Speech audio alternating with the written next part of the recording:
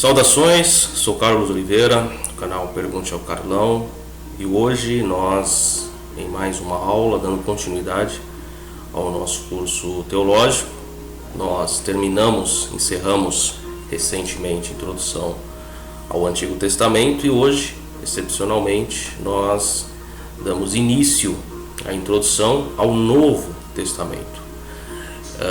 Nós estamos tratando duas matérias que são inseridas dentro das divisões da teologia, como a gente sempre fala, da teologia bíblica, e para que nós possamos ter uma compreensão bem abrangente com relação aos fatos mais importantes do contexto bíblico geral, nós selecionamos tanto do Antigo Testamento, e se você não acompanhou as aulas do Antigo Testamento, aqui no card acima você pode voltar nas aulas lá do Antigo Testamento, não só introdução ao Antigo, como também todas as demais aulas que nós já apresentamos aqui. Mas, como eu estou dizendo, nós procuramos elencar os pontos fundamentais dentro dessa introdução, tanto do Antigo, que nós já falamos, como agora do Novo Testamento, para que você que nos acompanhe tenha uma visão bem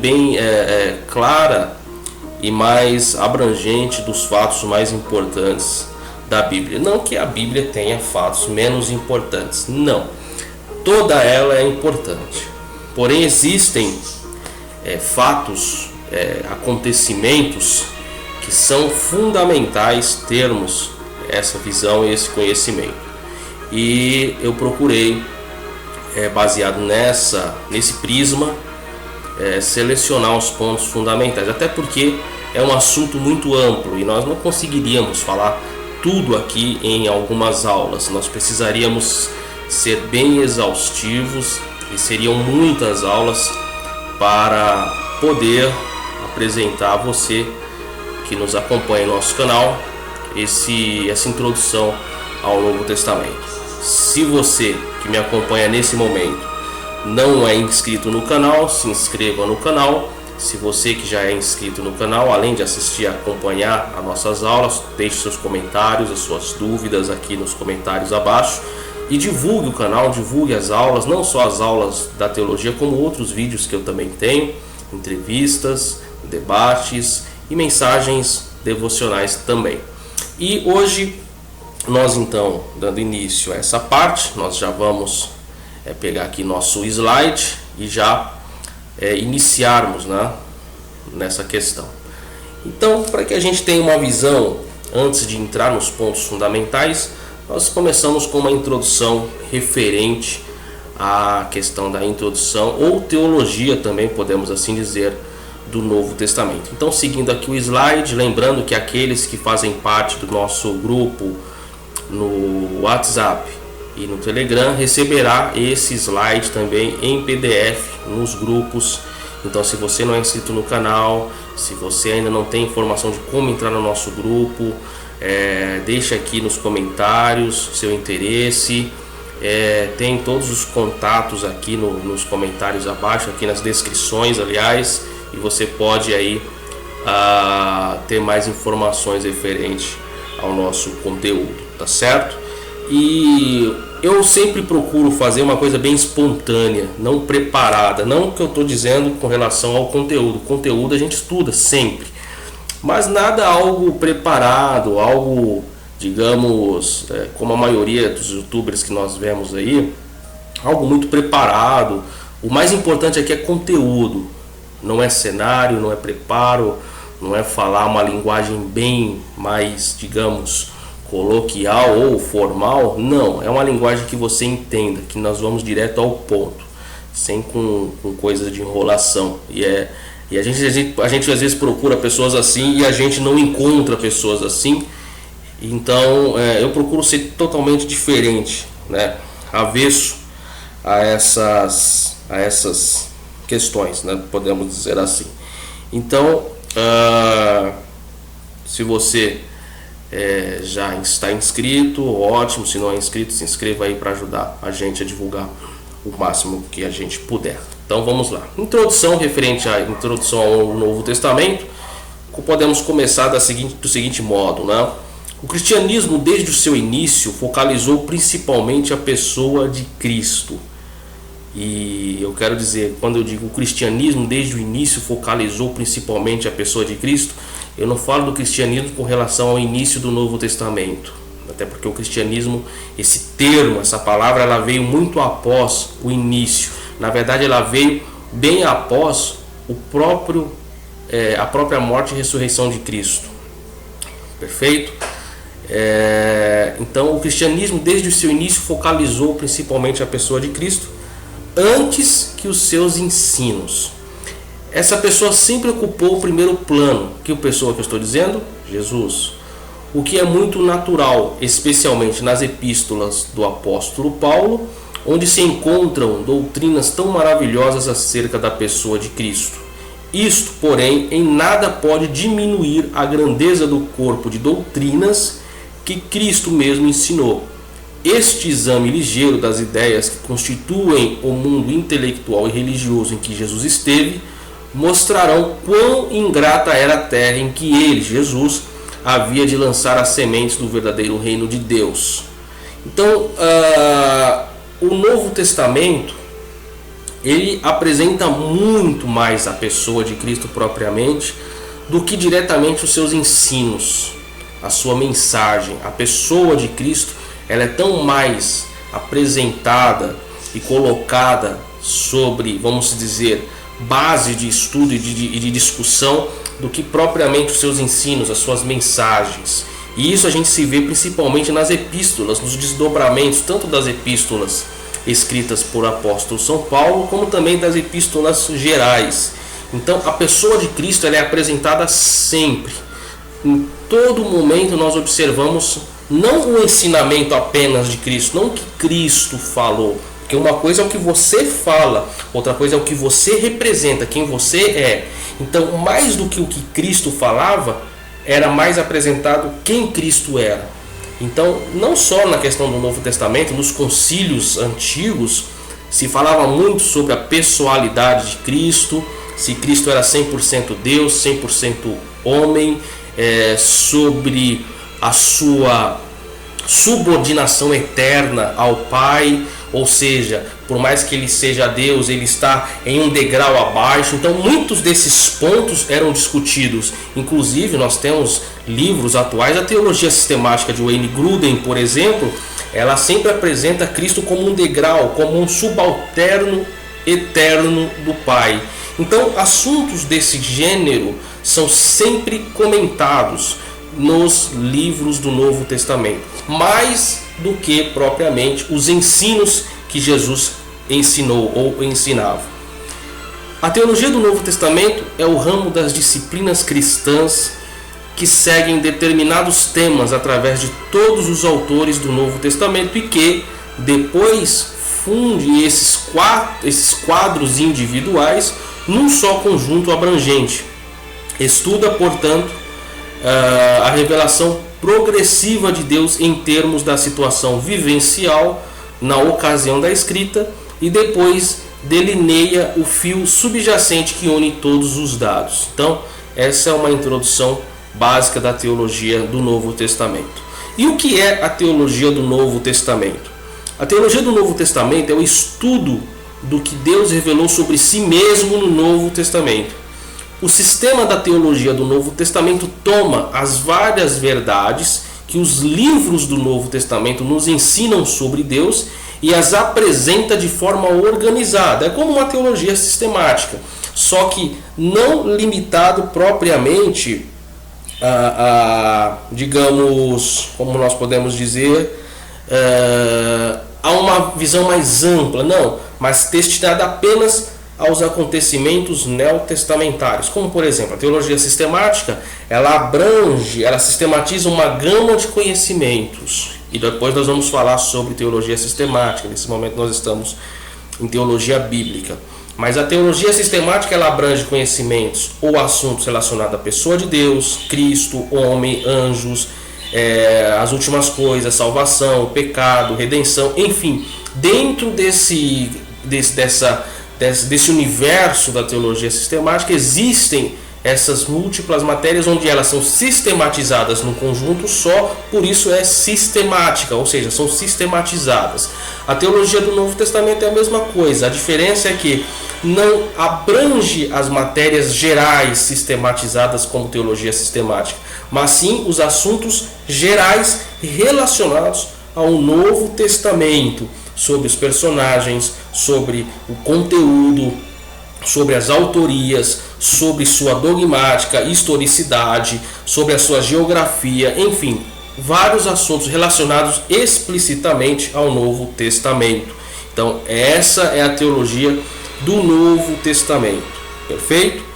O Novo Testamento revela a vinda do Messias prevista no Antigo Testamento, né? Lá em Isaías 9. A rejeição do Messias por Israel, o cumprimento da lei, o nascimento da igreja do Novo Testamento, o corpo de Cristo, a era da igreja, os evangelhos de Jesus Cristo e as instruções para os crentes em Jesus Cristo. Perfeito? Então, a teologia do Novo Testamento, como eu avisei, como eu falei há pouco, ela envolve todos esses pormenores. A frase Nova Aliança ou Novo Testamento foi falada por Cristo na última ceia, Lucas capítulo 22, versículo 20. Paulo citou a nova aliança como substância do ministério a que foi chamado, e isso nós observamos em 2 Coríntios capítulo 3, verso 6.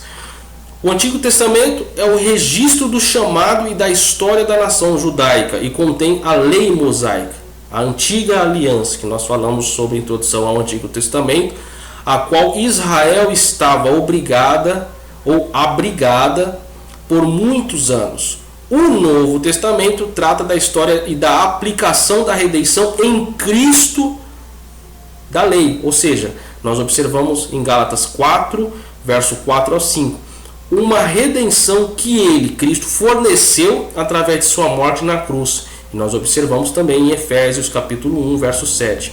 Sendo a nova aliança algo que substitui a antiga, o que também nós observamos em Hebreus capítulo 8, versos 6 a 13.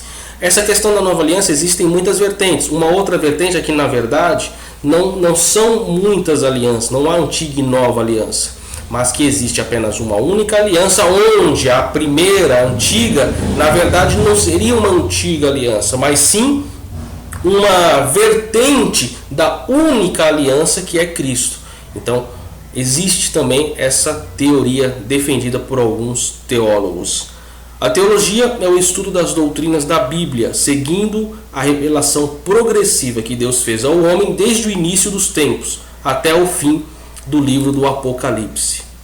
A teologia do Novo Testamento trata principalmente do estudo da cristologia, eclesiologia e soteriologia.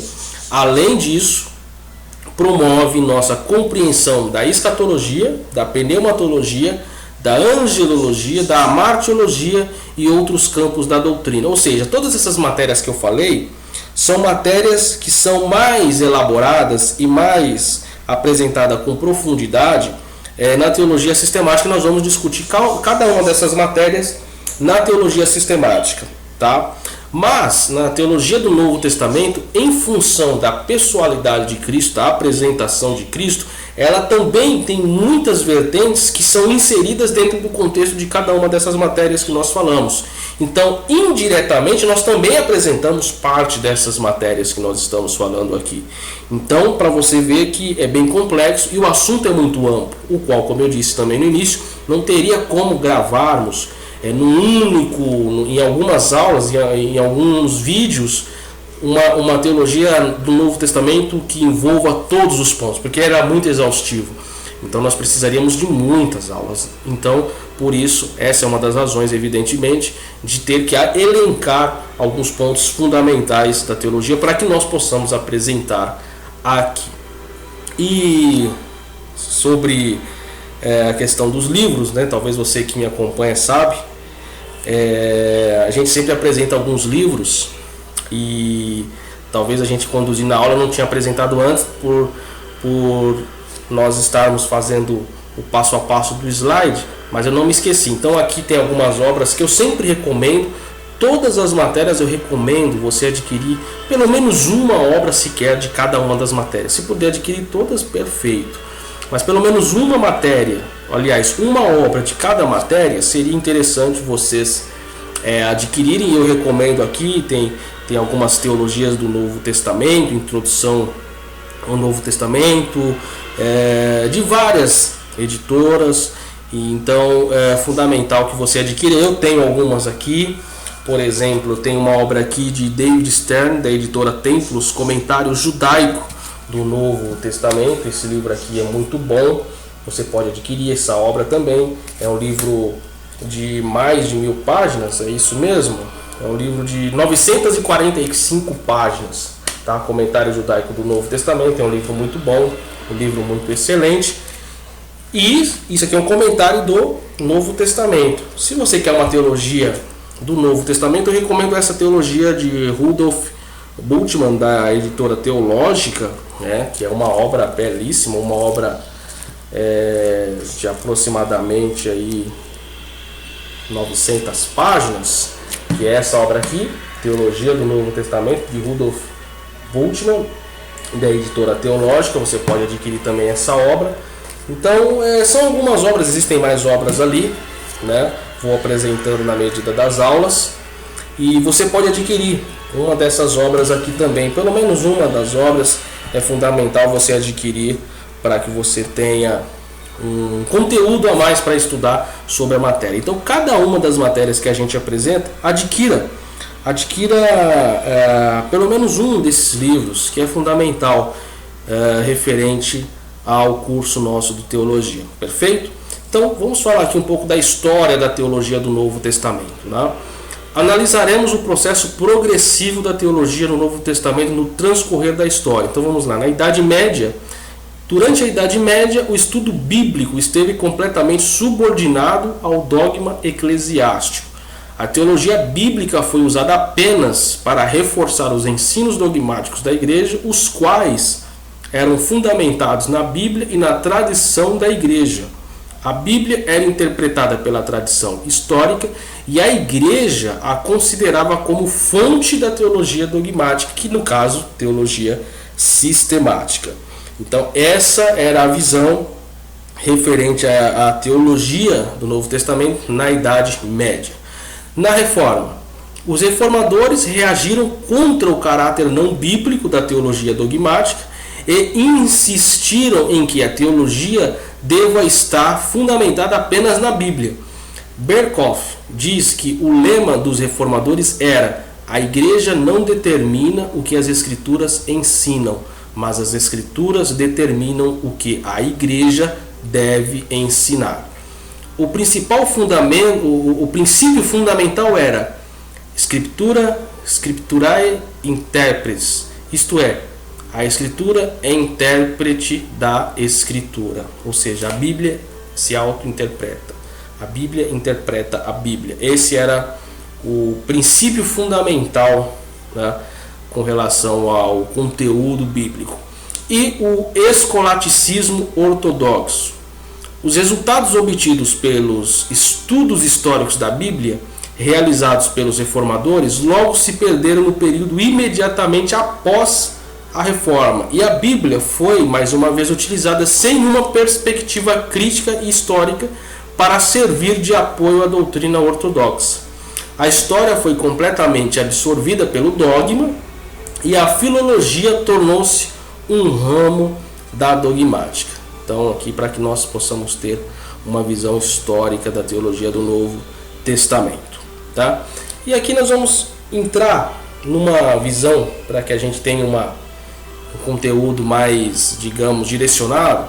Vamos entrar aqui no panorama básico de cada um dos livros do Novo Testamento, tanto os evangelhos, os históricos, as cartas de Paulo, as gerais e da revelação, tá? Então, os evangelhos, né, ou o livro que trata diretamente de Jesus Cristo, vamos dizer assim, a sua pessoalidade. Então, Mateus, primeiro livro. Mateus, este evangelho cita muitos textos do Velho Testamento. Ele se destinava primordialmente ao público judeu, para o qual apresentava Jesus como o Messias prometido nas Escrituras do Velho Testamento.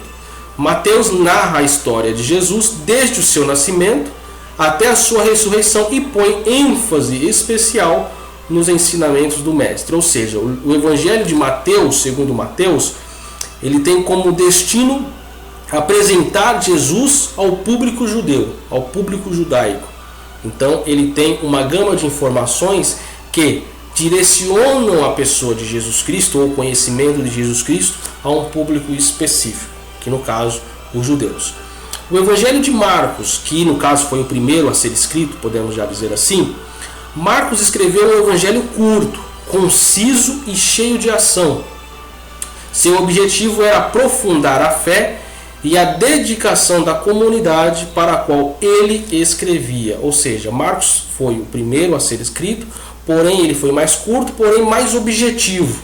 Ou seja, aprofundar a fé, incrementar a fé, estabelecer a fé na comunidade em geral, em tese gregos ou gentios, podemos assim dizer, da qual ele escrevia.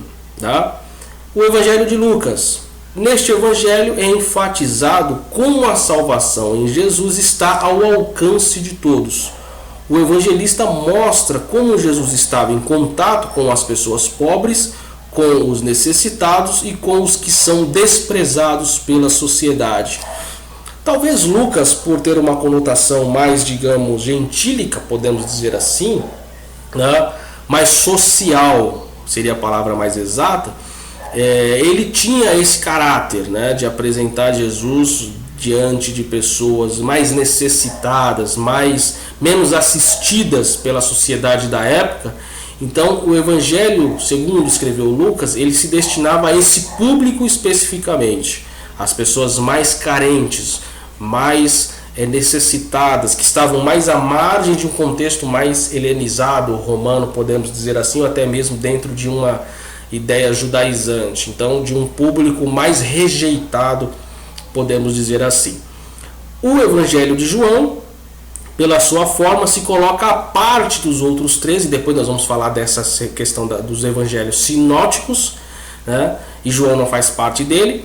João organiza sua mensagem enfocando 7 sinais que apontam para Jesus como Filho de Deus. Seu estilo literário é reflexivo e cheio de imagens e figuras, ou seja, João é mais reflexivo, João é mais emocional, não tão racional, e João apresenta mais a pessoa de Jesus Cristo como Filho de Deus, como o ser humano Jesus Cristo, o amor de Jesus Cristo, a entrega de Jesus Cristo por nós pecadores. Então, nós observamos que Mateus, Marcos, Lucas e João, por mais que trata do Evangelho de Jesus Cristo, cada um tem um segmento, um objetivo diferente em seus livros.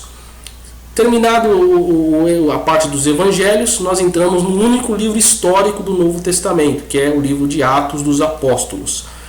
Quando Jesus deixou seus discípulos, o Espírito Santo veio habitar com eles. Este livro foi escrito por Lucas para ser um complemento ao seu próprio evangelho, aquele evangelho mais social, e ele relata eventos da história e da ação da igreja cristã primitiva, mostrando como a fé se propagou no mundo mediterrâneo de então.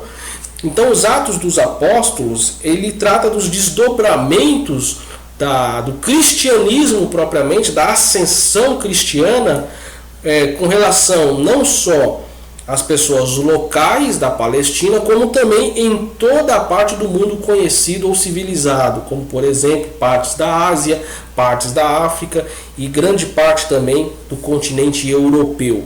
Então nós observamos em Atos dos Apóstolos as viagens missionárias do apóstolo São Paulo, que também nós iremos tratar aqui, sobre essa manifestação do Espírito Santo também, que nós podemos tratar dentro da teologia sistemática na parte de pneumatologia ou doutrina do Espírito Santo.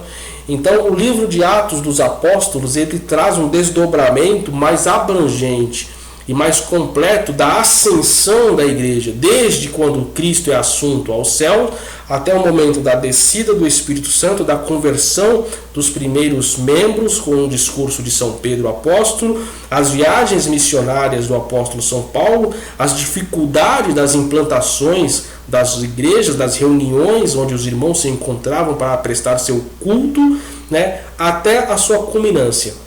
Então, o livro de Atos dos Apóstolos é um livro fantástico em termos de historicidade. Terminado esse processo, nós terminamos então o Novo Testamento. Primeiro os Evangelhos, depois o livro histórico de Atos dos Apóstolos.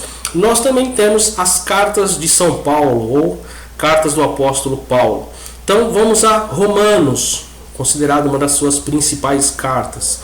Nesta importante carta, Paulo escreve aos romanos sobre a vida no Espírito Santo, que é dada pela fé aos que creem em Cristo, e o apóstolo reafirma a grande bondade de Deus e declara que, através de Jesus Cristo, Deus nos aceita e nos liberta de nossos pecados, ou seja, que a salvação somente em Jesus Cristo.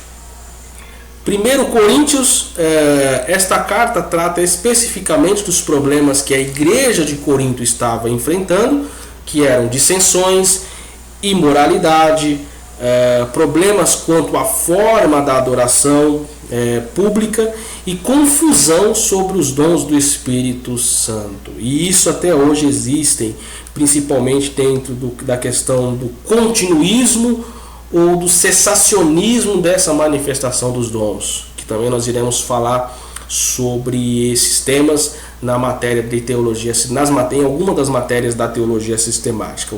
Eu tenho inclusive aqui no meu canal um vídeo onde eu falo sobre continuismo e cessacionismo e qual a minha visão, o que eu creio dessas duas. Então você procura aqui nos meus vídeos continuismo e cessacionismo, que você vai encontrar também algo sobre isso. 2 Coríntios, no caso, nesta carta o apóstolo Paulo escreve sobre o seu relacionamento com a igreja de Corinto e as dificuldades que alguns falsos profetas haviam trazido ao seu ministério, que é também muito atual hoje. Quantas pessoas nós observamos aí falando de Cristo e sem condições nenhuma, e não pessoas que aparecem aleatoriamente, pessoas que estão na igreja há muito tempo, mas aprenderam tudo errado. E tem muitas pessoas falando aí sem ter condição nenhuma de falar, sem ter condição nenhuma de apresentar um conteúdo de fato bíblico e cristão. Aos Gálatas, esta carta expõe a liberdade da pessoa que crê em Cristo com respeito à lei. Paulo, o apóstolo, declara que é somente pela fé que as pessoas são reconciliadas com Deus, e é somente pela fé mesmo. Efésios, o tema central desta carta é o propósito eterno de Deus. Jesus Cristo é a cabeça da igreja, que é formada a partir de muitas nações e raças. E continuando as cartas de Paulo, Filipenses. A ênfase desta carta está no gozo que o crente em Cristo encontra em todas as circunstâncias da vida. O apóstolo Paulo a escreveu quando estava encarcerado, quando estava preso. Colossenses, que é uma epístola que eu gosto bastante. Nesta carta o apóstolo Paulo diz aos cristãos de Colossos que abandonem suas superstições e que Cristo seja o centro da sua vida, que é algo muito atual, né? O engraçado, você que me assiste, que todas as cartas, todos os escritos de Paulo são atuais, né? Quanto sincretismo religioso nós observamos na igreja nos dias atuais. Manifestações que não condiz com a palavra, campanhas que não fazem sentido, solicitação financeira que não tem base bíblica, distribuição de renda que na verdade são como caixa 2, são coisas que acontecem no meio evangélico, vamos dizer assim, que estão completamente em desacordo com a palavra de Deus, e muitas pessoas, por não conhecerem de fato o que a palavra de Deus quer apresentar, acabam seguindo essas diversas misturas e sincretismos que existem nas igrejas. E não adianta falar que a igreja neopentecostal, não, todas, neopentecostal, pentecostal, reformada, enfim, toda igreja tem uma vírgula de sincretismo, uma mais, outra menos. Por quê? Porque as pessoas elas aplicam aquilo que elas acham aquilo que elas entendem como correto. E a Bíblia, por mais que muitas pessoas falam que não é uma ciência exata. Não tem como você trazer exatidão com o texto bíblico. Primeiro, o texto bíblico, ele, por mais que é inspirado, a sua inspiração não se dá diretamente nos textos que nós possuímos hoje na nossa Bíblia em português. Não! A inspiração bíblica, se de fato podemos acreditar assim, ela só é, digamos, fidedigna nos textos originais. Só que quem tem acesso aos textos originais? Onde estão os textos originais? Eles não estão aí à nossa disposição. Então é muito complicado a gente afirmar categoricamente que o que está escrito é 100% correto ou existe uma única interpretação. Existe interpretação, existem muitas interpretações e cada um, queira você acreditar ou não, queira aceitar ou não, cada um interpreta aquilo que acha que está correto. Isso é fato, infelizmente. 1 Tessalonicenses, o apóstolo Paulo dá orientação aos cristãos de Tessalônica a respeito da volta de Jesus ao mundo, e essa é uma epístola, digamos, escatológica, e nós vamos falar muito dela, não só aqui na introdução, porque também nós vamos falar um pouco do livro da Revelação, de Apocalipse, mas nós vamos falar muito mais sobre escatologia quando nós entrarmos nas matérias de teologia sistemática. 2 Tessalonicenses, como em sua primeira carta, o apóstolo Paulo fala do retorno de Jesus ao mundo.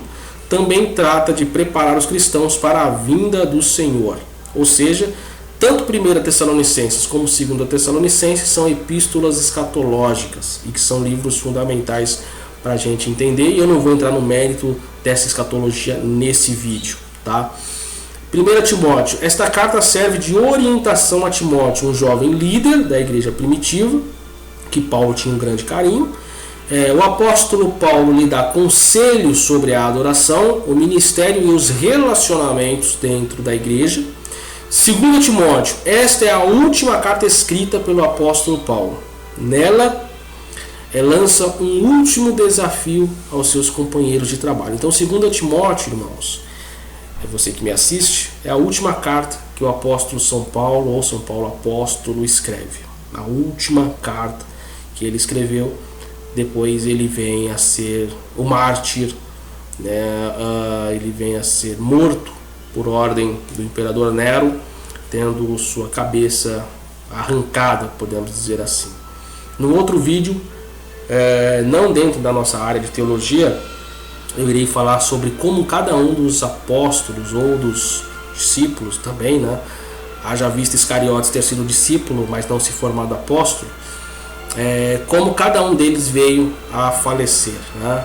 Como cada um deles veio a ser morto, tá certo? E aí depois nós temos Tito. Tito era ministro em Creta, e nesta carta o apóstolo Paulo orienta sobre como ajudar os novos cristãos. Filemão, né, outra carta, é instado a perdoar seu escravo, Onésimo, que havia fugido. Filemão deveria aceitá-lo de volta como um amigo em Cristo. E Hebreus, que existem inúmeras especulações, se foi Paulo, se foi Pedro, se foi João, se não foi nenhum desses, se foi Apolo, enfim. Hebreus, esta carta exorta os novos cristãos a não observarem mais rituais e cerimônias tradicionais, pois em Cristo eles já foram cumpridos. E o que tem de igreja que segue mais conceitos do Antigo Testamento do que do Novo Testamento, tem inúmeras igrejas que seguem mais ensinamentos do Antigo do que do Novo. Existem muitas igrejas do Antigo Testamento em nosso meio. Existem muitas igrejas dentro do aspecto da lei, conhecidas, não essas igrejas de esquina, não, igrejas grandes, conhecidas, que seguem campanhas baseadas no Antigo Testamento, palavras baseadas no Antigo Testamento, decisões baseadas no Antigo Testamento, enfim, uma série de igrejas que ainda vivem na lei, e isso é absurdo. Terminadas as cartas de São Paulo apóstolo, nós observamos aí agora as cartas gerais. Então nós temos Tiago, que também gosto muito do livro de Tiago, aconselha os cristãos a viverem na prática a sua fé e, além disso, oferece ideias sobre como isso pode ser feito. Ou seja, Tiago, ele é aquele tipo de cristão, ou aquela carta onde mostra que o mais importante não é você falar da boca, que é cristão, mas você viveu o cristianismo na prática. Porque o que também nós mais observamos são pessoas que vivem o cristianismo de aparência. E Tiago ele fala contra esse cristianismo de aparência, mas um cristianismo prático, um cristianismo que é vivenciado diariamente. Primeira carta de São Pedro. Esta carta foi escrita para confortar os cristãos da igreja primitiva que estavam sendo perseguidos por causa de sua fé. Segunda Pedro, nesta carta o apóstolo Pedro adverte os cristãos sobre os falsos mestres e os estimula a continuarem leais a Deus. 1 João, esta carta explica verdades básicas sobre a vida cristã, com ênfase no mandamento de amarem uns aos outros. 2 João, esta carta dirigida à senhora eleita e aos seus filhos, adverte os cristãos quanto aos falsos profetas. Terceira carta de João, em contraste com a sua segunda carta, esta, no caso, fala da necessidade de receber os que pregam a Cristo. E Judas adverte seus leitores sobre a má influência de pessoas alheias à irmandade dos cristãos. Lembrando que esse Judas não é o Judas Iscariotes. Então essas são as cartas gerais. E como eu disse, já falei aqui algumas vezes, nós observamos que o conteúdo das cartas gerais são tão atuais hoje, tão atuais nos dias de hoje, tão necessárias para os dias de hoje, que parece-me que muitas pessoas têm esquecido disso. É por isso que eu reforço: estude a Bíblia, estude a palavra, estude, leia. Infelizmente, nós vamos à igreja, nós não vemos conteúdo. É difícil nós irmos numa igreja hoje. Eu vou à igreja, frequento uma congregação, uma igreja seríssima e muito inteligente e reformada. Nós hoje, para encontrarmos uma igreja onde nós vamos realmente ter um conteúdo, é muito difícil. Não há uma igreja assim em cada bairro de São Paulo, do Brasil, do mundo. Não existe. Deveria existir. Hoje, para você, puxa, eu preciso de uma igreja, mas uma igreja que me apresente uma verdade, que me traga um conteúdo, que me traga um esclarecimento para que eu aprenda, para que eu abra os meus olhos. Você tem que andar muito para achar. Tem que andar demais. Porque não tem, é difícil. É difícil. Hoje a maioria estão baseadas em sincretismos, em misturas, em campanhas, em dogmas humanos, em pensamentos antigos, em dinheiro, em bens, em conquistas, enfim. E conhecer a palavra não existe. Isso é muito triste. E por último, a Revelação, ou o livro de Apocalipse. Este livro foi escrito para encorajar os cristãos que estavam sendo perseguidos e para firmá-los na confiança de que Deus cuidará deles. Usando símbolos e visões, o escritor ilustra o triunfo, no caso, do bem sobre o mal e a criação de uma nova terra e um novo céu. Sobre o Apocalipse, nós vamos falar também no nosso último vídeo dessa videoaula de introdução ao Antigo Testamento. Nós vamos também falar um pouco mais, mas também nós iremos voltar nessa questão do Apocalipse quando falarmos da escatologia ou doutrina das últimas coisas. Perfeito? E a nossa primeira videoaula sobre introdução ao Novo Testamento fica por aqui.